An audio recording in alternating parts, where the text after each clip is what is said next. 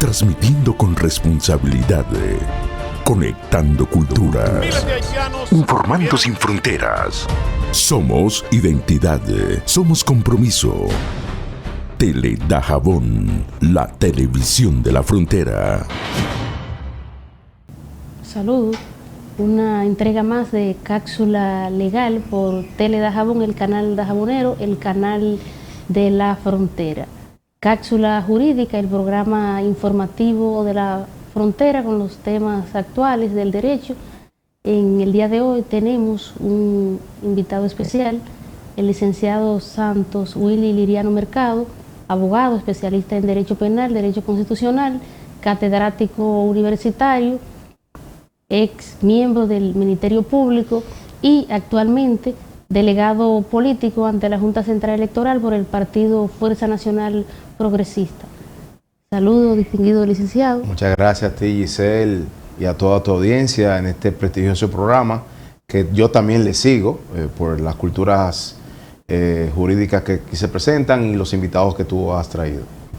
Bien, el día de hoy vamos a aprovechar, ya que está de visita en la frontera, te vimos en el día de hoy de manera acalorada litigando por el juzgado de paz en materia de fondo de este distrito judicial de Dajabón, litigando por ahí, y aprovechamos la ocasión para degustar de todos los conocimientos que ya tienen, tanto en materia penal como en materia constitucional.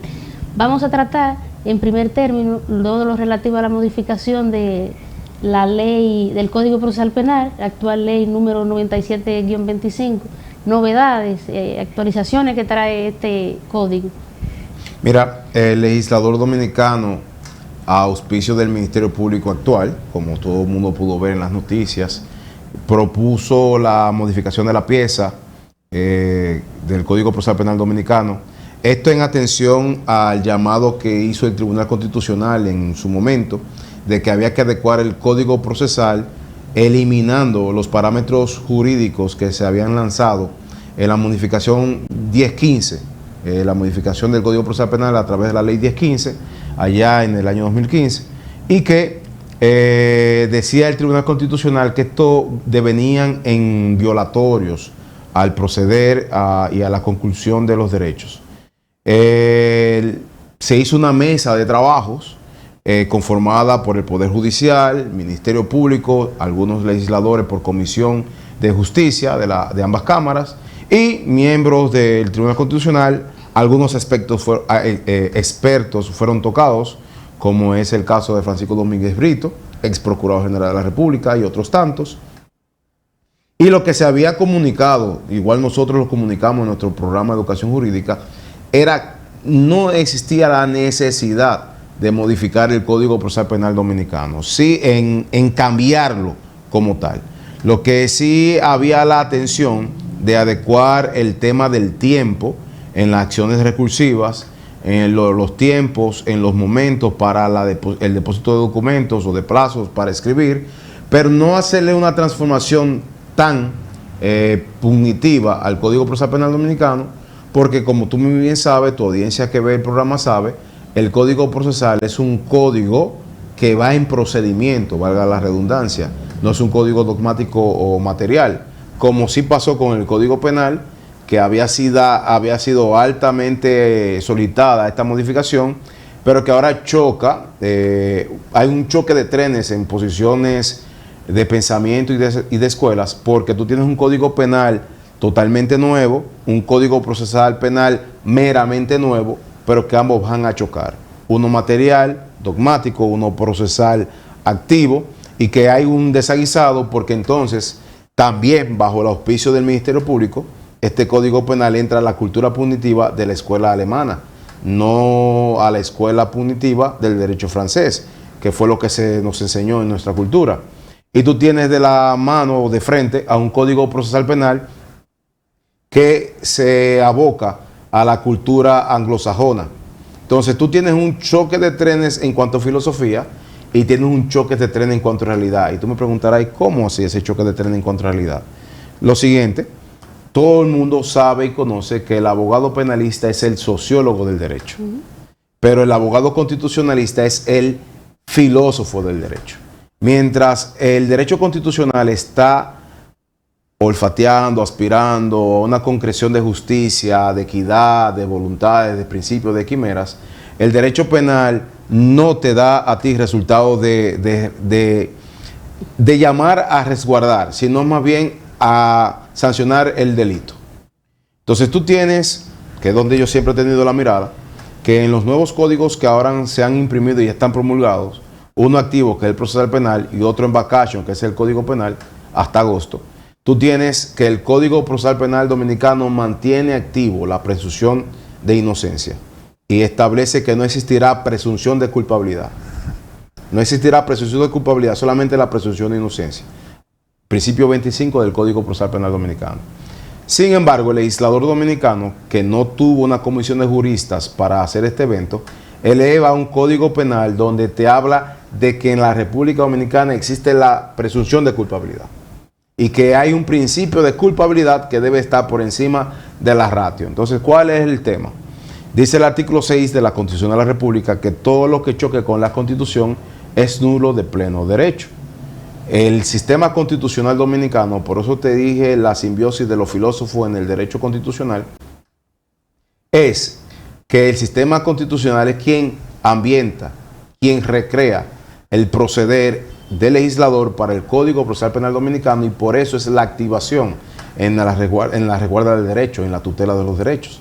Entonces tú tienes ahora un choque de trenes en cuanto a custodia y filosofía de si existe un principio de culpar y existe un principio de inocencia, que es el único principio que recrea la norma, que es un aspecto constitucional y que República Dominicana se puede observar en el artículo 1 del Código Procesal Penal Dominicano, que se mantiene, así como otros parámetros propios del constitucional, que te dice que estamos sujetos a reglas internacionales por acuerdos, pactos, convenios o tratados que son signatarios a la República Dominicana.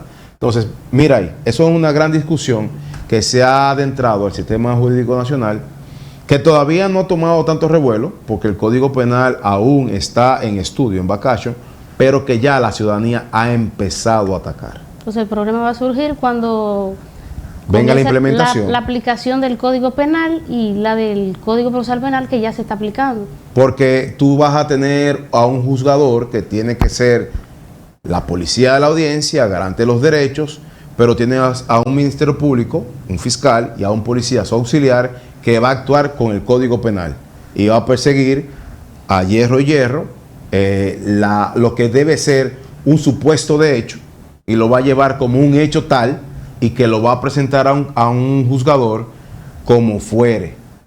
Entonces ahí va a activarse el tema de si le doy la probidad al canon legal penal o si activo el grado constitucional, como establecen las garantías fundamentales y como está el artículo 69 de la Constitución de la República.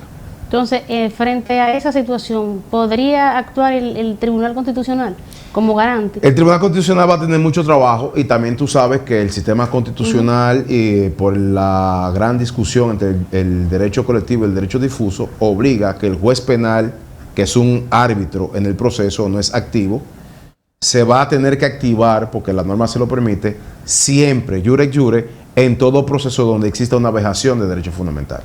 Que el juez penal, colegiado o unipersonal, tiene que activarse cuando haya detrimento, cuando haya conculcación de un derecho fundamental, y no tiene que esperar a que ninguna de las partes se lo invoque. Va a haber mucho trabajo, va a haber mucha carga para el juzgador en un momento donde no hay jueces. Sí, y la participación del Tribunal Constitucional con respecto al control concentrado y a la aplicación de los tribunales inferiores con respecto al precedente vinculante. Tú sabes que esa es una muy buena pregunta y un buen parámetro, porque culminando el año 2025, el Tribunal Constitucional emitió una decisión como órgano supranacional estableciendo que lo que se administrara en la justicia ordinaria no tenía que pasar a fase de justicia constitucional, porque la fase de justicia constitucional, dice los miembros que integran el Tribunal Constitucional de hoy en día, que el Tribunal Constitucional es una justicia especializada e independiente del rol orgánico del sistema judicial nacional, un desaguisado. porque si bien se entiende, y dentro de las atribuciones que permite el Tribunal Constitucional, recogida en la Constitución, es que es un órgano control y es un órgano supranacional, es un órgano suprapoder. Entonces, en esas funciones, en esas atribuciones, como tú bien lo marcas, debe activarse y debe resguardar todo tipo de parámetro de derecho vejado, conculcado, atropellado, vacilado para con cualquier ciudadano de la República Dominicana.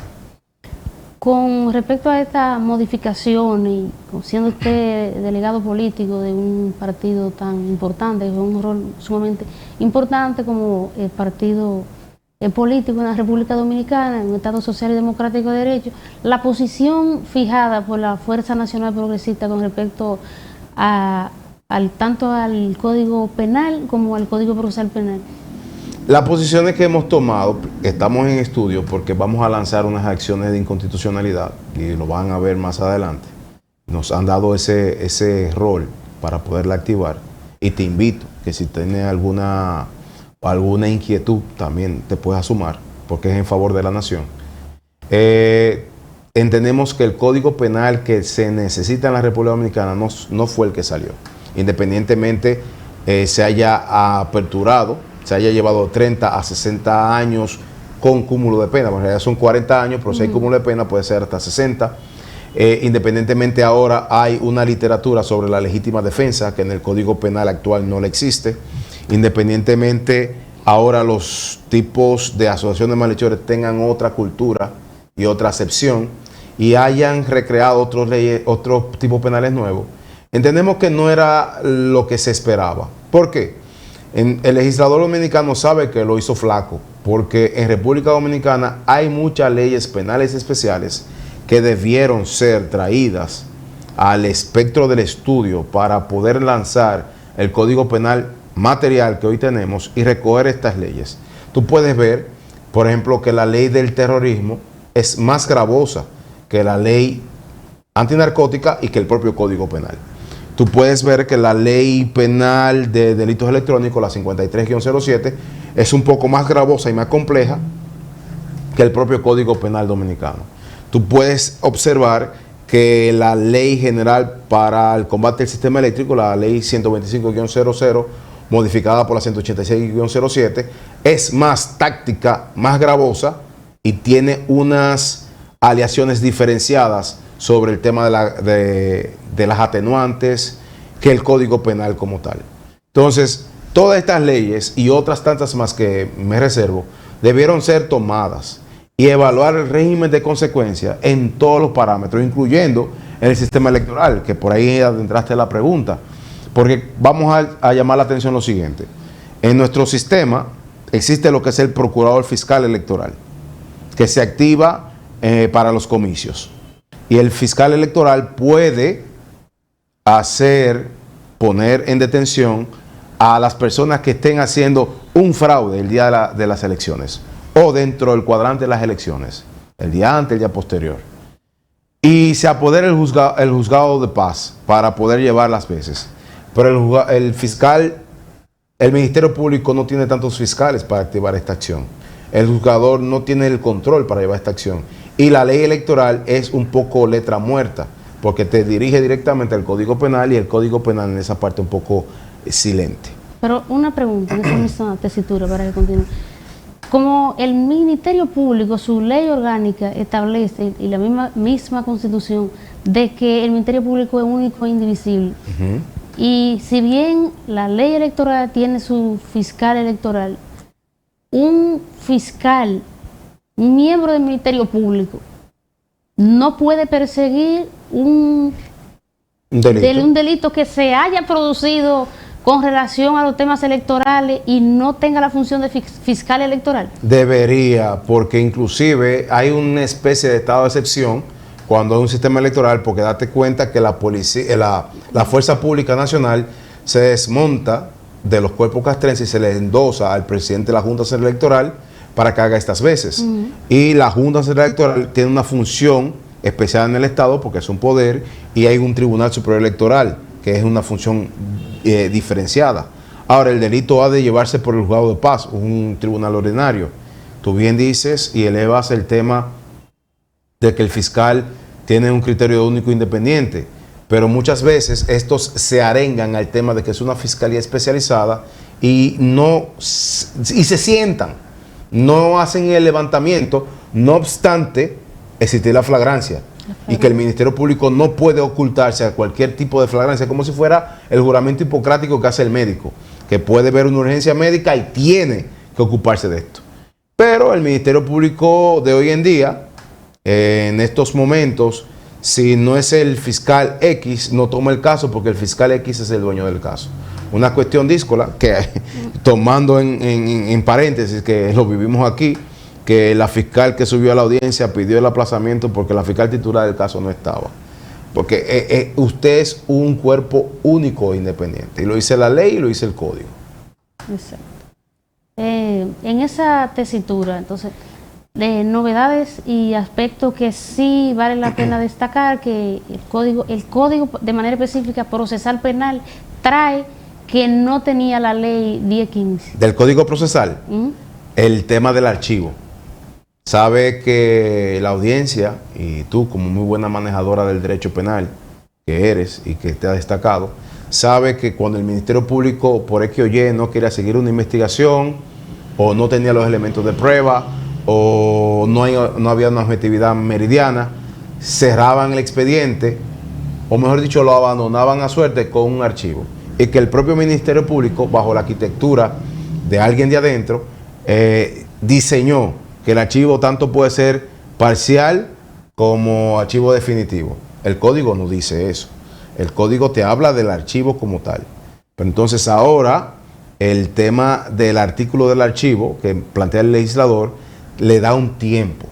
Que si el Ministerio Público no dio respuesta en justo tiempo, el expediente no se puede quedar en un limbo, que era lo que venía suscitándose, que se hacía un archivo del proceso, no se le activaba el conteo del cómputo en perjuicio del Ministerio Público ni en beneficio del imputable, y que eso se quedaba hasta la sombra que viniese un Ministerio Público y acusara. El tema de poder privilegiar de un criterio de oportunidad o de un criterio cerrado también cambia. El tema de los plazos, ahora tú ves que lo que era el anterior al artículo 305, hoy en día es del artículo 310, cuando ya se iba a fase de juicio, que a la parte imputable y su defensa solamente le brindaban 5 días para poder hacer cualquier prerrogativa. Ahora son 10 días, es un poco más aplaudible porque 5 días pasan volados. También tú tienes ahora en el Código Procesal Penal el escrito de defensa. El escrito de defensa varió considerablemente. Varió considerablemente, correcto. También el tema de la objetividad clara y plena que ha de tener el Ministerio Público y que el juzgador puede pasarle una raya de pizarro a ese tema cuando no hayan investigaciones perfectas. Y otras tantas cosas. Destacar, y es sumamente importante para nosotros los que ejercemos generalmente derecho penal, que anteriormente el asesor de la víctima no tenía tanto derecho como ahora, que la propia ley, el propio Código Procesal Penal ahora te dice que aunque tú no te hayas constituido como querellante, tú tienes derecho a hacer peticiones, solicitudes y concluir durante la audiencia de medida de coerción. Anteriormente, no se le daba permiso. Sí, tú podías como asesor de la víctima asesorarla, pero no tenía tanta brecha abierta. Y también algo interesante, lo que hoy en día es el artículo 327, que permite en fase de juicio recrear la pertinencia para variación de calificación jurídica de un proceso que haya sido enviado y que puedan existir ciertas cuestiones que favorezcan. Bien. Entonces, con respecto, me gustaría que te refirieras a esto que ha sido muy cuestionado en la sociedad, al cúmulo de pena, a la legítima defensa, las agravantes que atrae consigo la reincidencia, porque mientras una corriente criticaba el tema de que los 30 años, o una corriente lo encontraba muy poco, ahora fue aumentada la pena, que al respecto abundar. La pena fue aumentada a 40 años. Lo que ahora hay que tener una cuestión de realidad, porque en el sistema carcelario dominicano tenemos una cuestión de hacinamiento.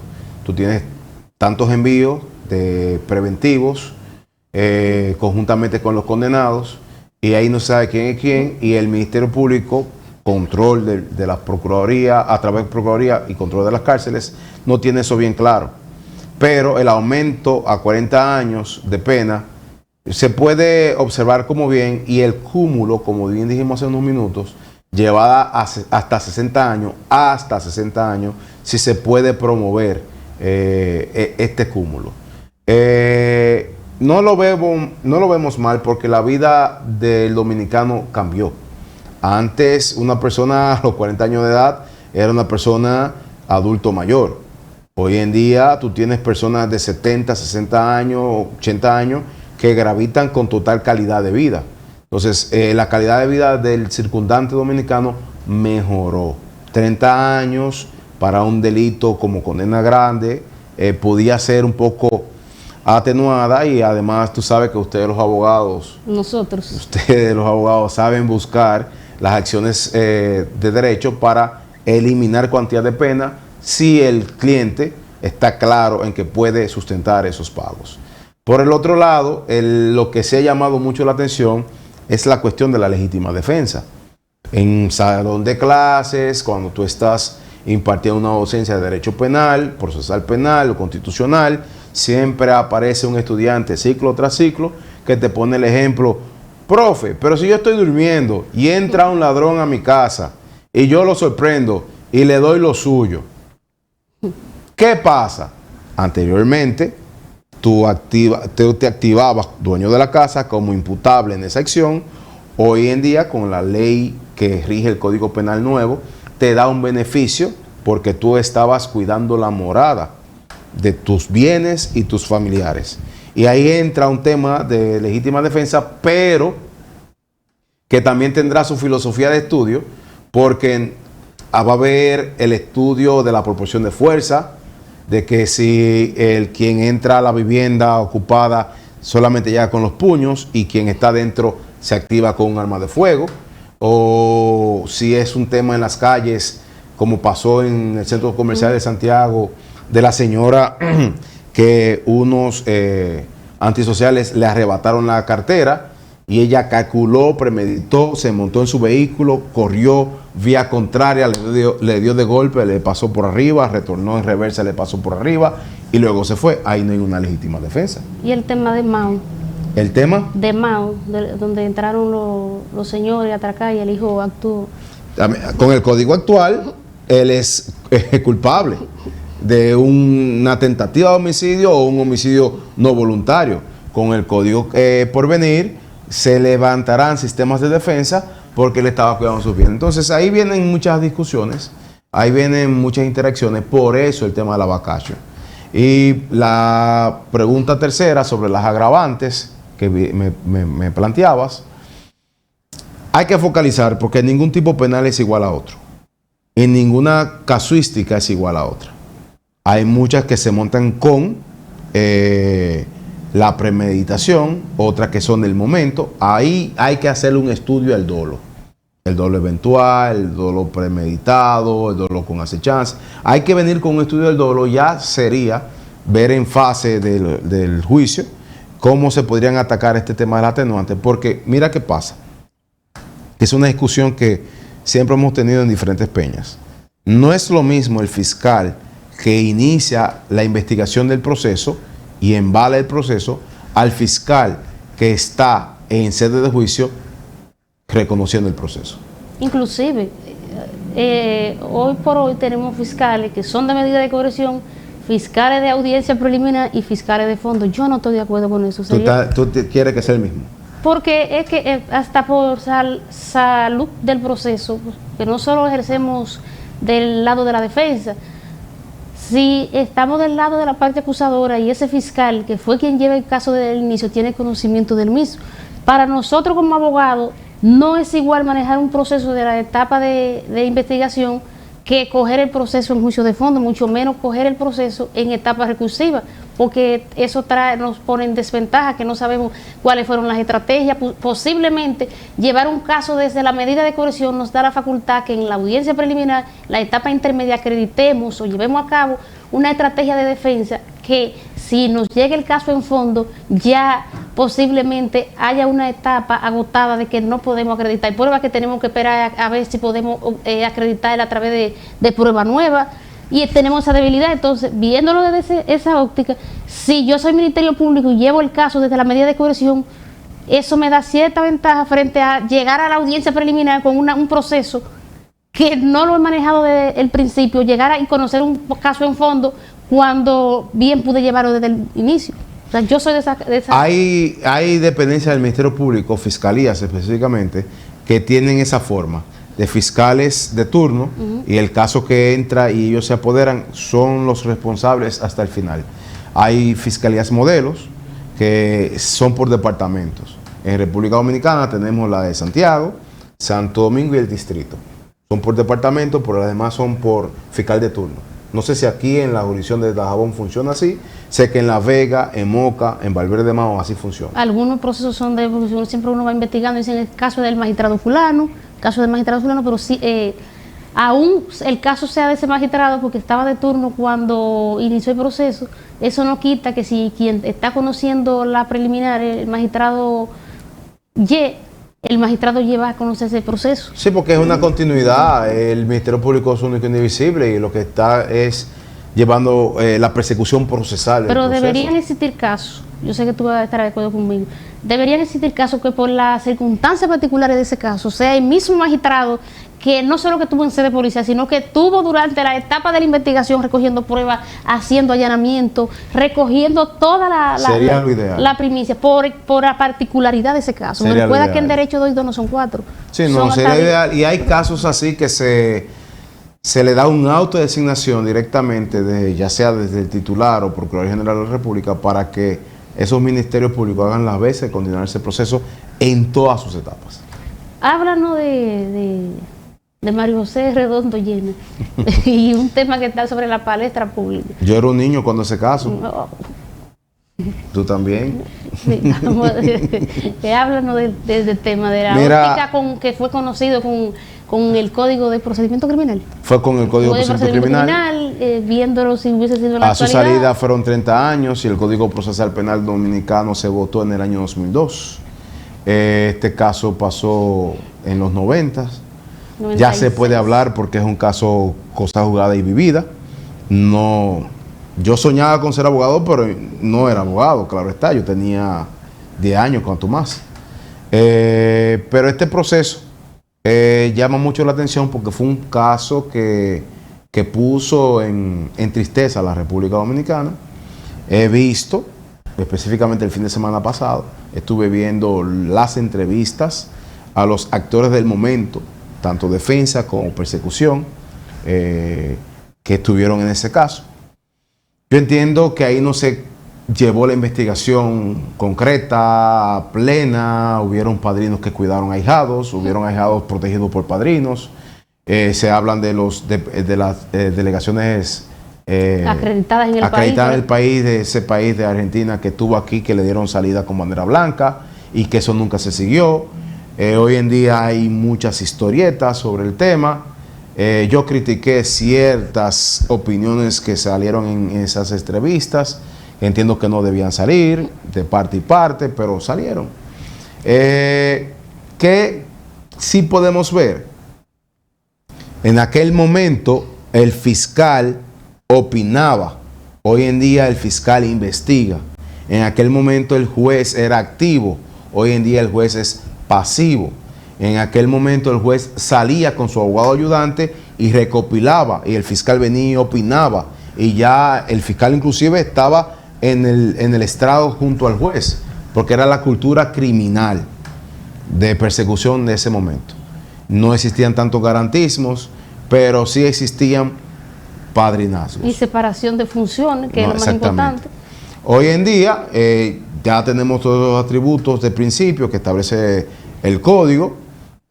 Según se ha dicho, el joven salió preparado, transformado, mejorado, hizo una vivencia de cárcel plena y cursó y se preparó, salió con 2 maestrías inclusive, se casó dentro del ejército carcelario. En él podemos decir que el sistema penitenciario rindió su fruto y, como siempre dicen los tratadistas, la pena rindió su fruto, es lo que vemos y en principio podemos decir eso.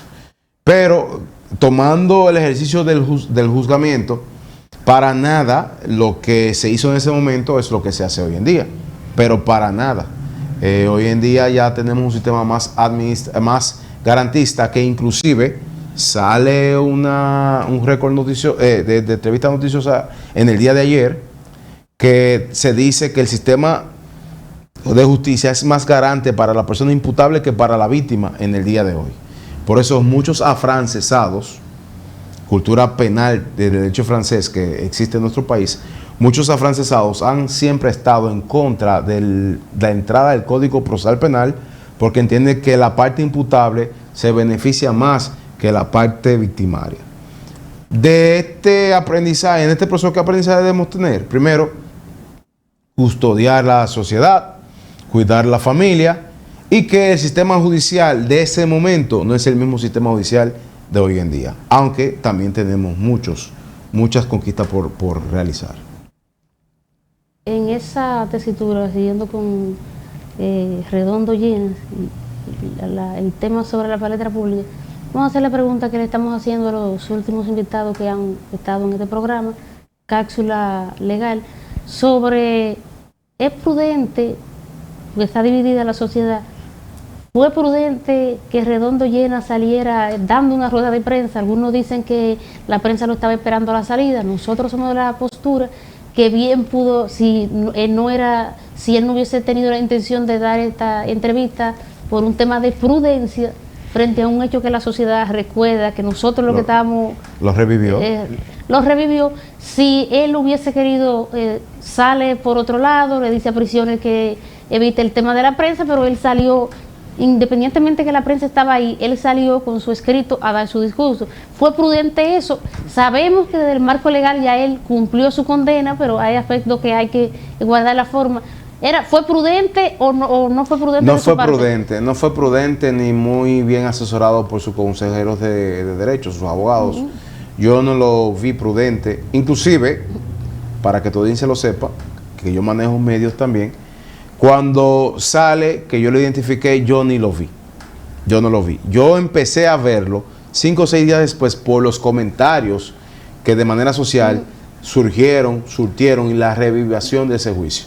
Que me recuerdo yo, siendo un niño, y repito, mis padres me desmontaron de la cama para que yo viera esto y aprendiera en un futuro no tener la confianza con X o Y familiar, X o Y extraño a la familia, que viniese y quisiese ser amigo por fortuna. Entonces yo entiendo que no fue prudente, no fue higiénico, no fue ético, no fue legal. Pudo haber hablado días después o solamente saludar y decir que todo estaba bien y montarse en su vehículo, pero no fue prudente. Y lo que más imprudente fue conjuntamente esa entrevista mostrar a su hijo. Porque efectivamente nosotros, yo soy mucho más joven que tú, pero estábamos nacidos ya evidentemente para la época, no conocíamos su rostro, pero ya lo conocemos y eso puede traerle consecuencias frente a un hecho que la sociedad dominicana... Y estigmatizar a su hijo, que estaba totalmente lejano de esa realidad, y lo puso en cámaras, inclusive vestido de rosado, mandando una señal.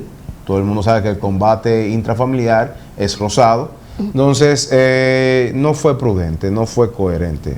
Y eso trae incluso algo es una burla al sistema. Una burla al sistema, y trae como que incluso los tratadistas que han sido partidarios de la pena de muerte, de una condena más drástica, la República, digan, pero mira, cumplió, que sabemos que hay circunstancias ahí que hay que evaluar.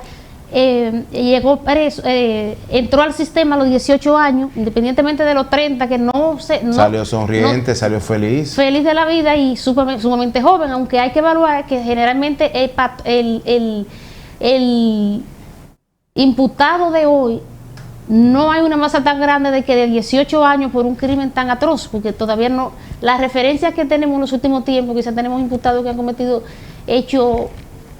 Bueno, el detalle es que hay que analizar el punto que para la época ese caso, y por eso nos impactó tanto, no era la costumbre, porque por hoy tenemos el caso de Emily Peguero, tenemos el caso Chamán Chacra, pero son casos actuales que el caso del agricultor en Constanza. Del agricultor de Constanza, que son casos que ya para la época, porque por ejemplo relacionamos para el 96, que fue la fecha en que ocurrió ese caso, vivimos el caso Selena en Estados Unidos, pero después para acá hemos vivido otro caso con figura artística, pero no un caso que haya repercutido tanto, porque la fecha en que ocurrió el hecho no estábamos acostumbrados a ese tipo de ruptura social. A ese tipo de ruptura social. Santo Willy, sabíamos que íbamos a tener una entrevista sin desperdicio, conociendo la capacidad intelectual y profesional de usted como profesional. Si algún tema que quiera desarrollar, aprovechar el momento para el público que nos sigue a través de la plataforma de YouTube, el canal Tele Dajabón, el canal de La Frontera y otra plataforma que transmiten cápsula jurídica. Mira, la sociedad dominicana está en cambios obligados y eso es bueno. Ahora, por temas sociales, vienen muchas cuestiones. Una de estas, y yo la estoy apoyando, es el paro de los jueces, que está convocado para el 21 de este mes de mayo 2027, 2026. Hay que apoyar a los jueces. Hay que apoyarlo, y esto no es con lisonja, sino porque los mismos hacen un trabajo, vamos a hablar la verdad, tipo inhumano, y la misma guía de procedimiento establece que un juez no puede tener dos autos de asignación en un mismo día. Y hay jueces que se le enrola un auto de asignación a las 9 horas de la mañana para X sala en X distrito, y en ese mismo distrito en otra sala se le enrola la misma hora para que vaya y surta, inclusive hasta en materia distinta. Jueces que están fijos para las 4:30 en atención permanente, pero entraron a las 9 a un proceso de fondo que posiblemente salgan cuando concluya la etapa laboral a las 4:30 de la tarde, pero van para atención permanente, que no tienen horario fijo. Y que tú le das, por ejemplo, en el caso de otros distritos que son más grandes, tú tienes a un juez que le dan un auto de designación para que a las 9 horas de la mañana esté subiendo a la primera instrucción penal, pero al mismo tiempo se ha impreso el auto de designación para que suba a la tercera sala laboral. Y fácilmente lo solicitan para que vaya a un colegiado o a la corte porque un juez se inhibió. Y que, oye lo siguiente, también tenga una designación virtual para subir a comparecer a audiencias virtuales. Entonces tú dirás, ¿con qué momento de clima mental, de paciencia espiritual, conoce los procesos y se retira a deliberar y luego a emitir fallo?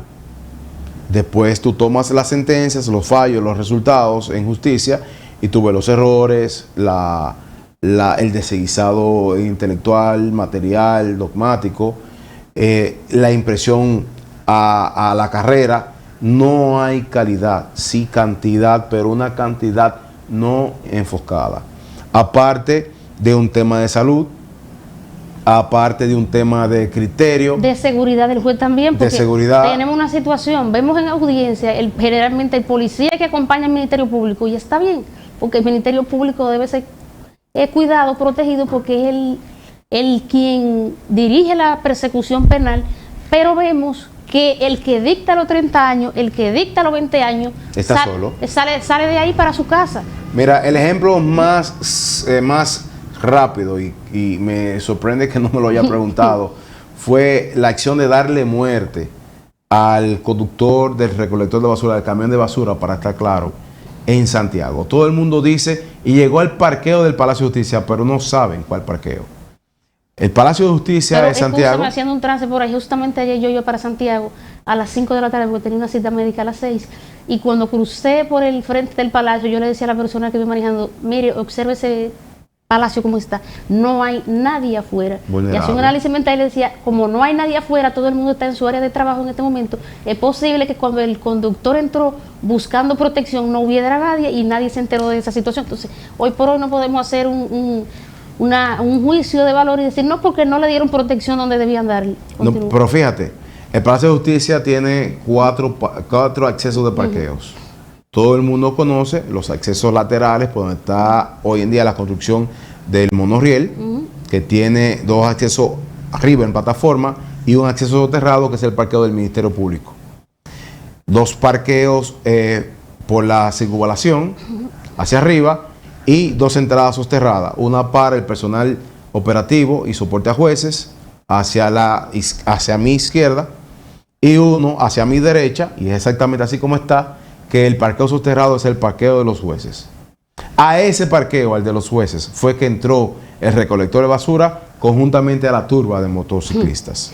Al de los jueces, sí había, contrario al análisis de tu presencia a las 5 de la tarde frente al Palacio, sí había un personal policial.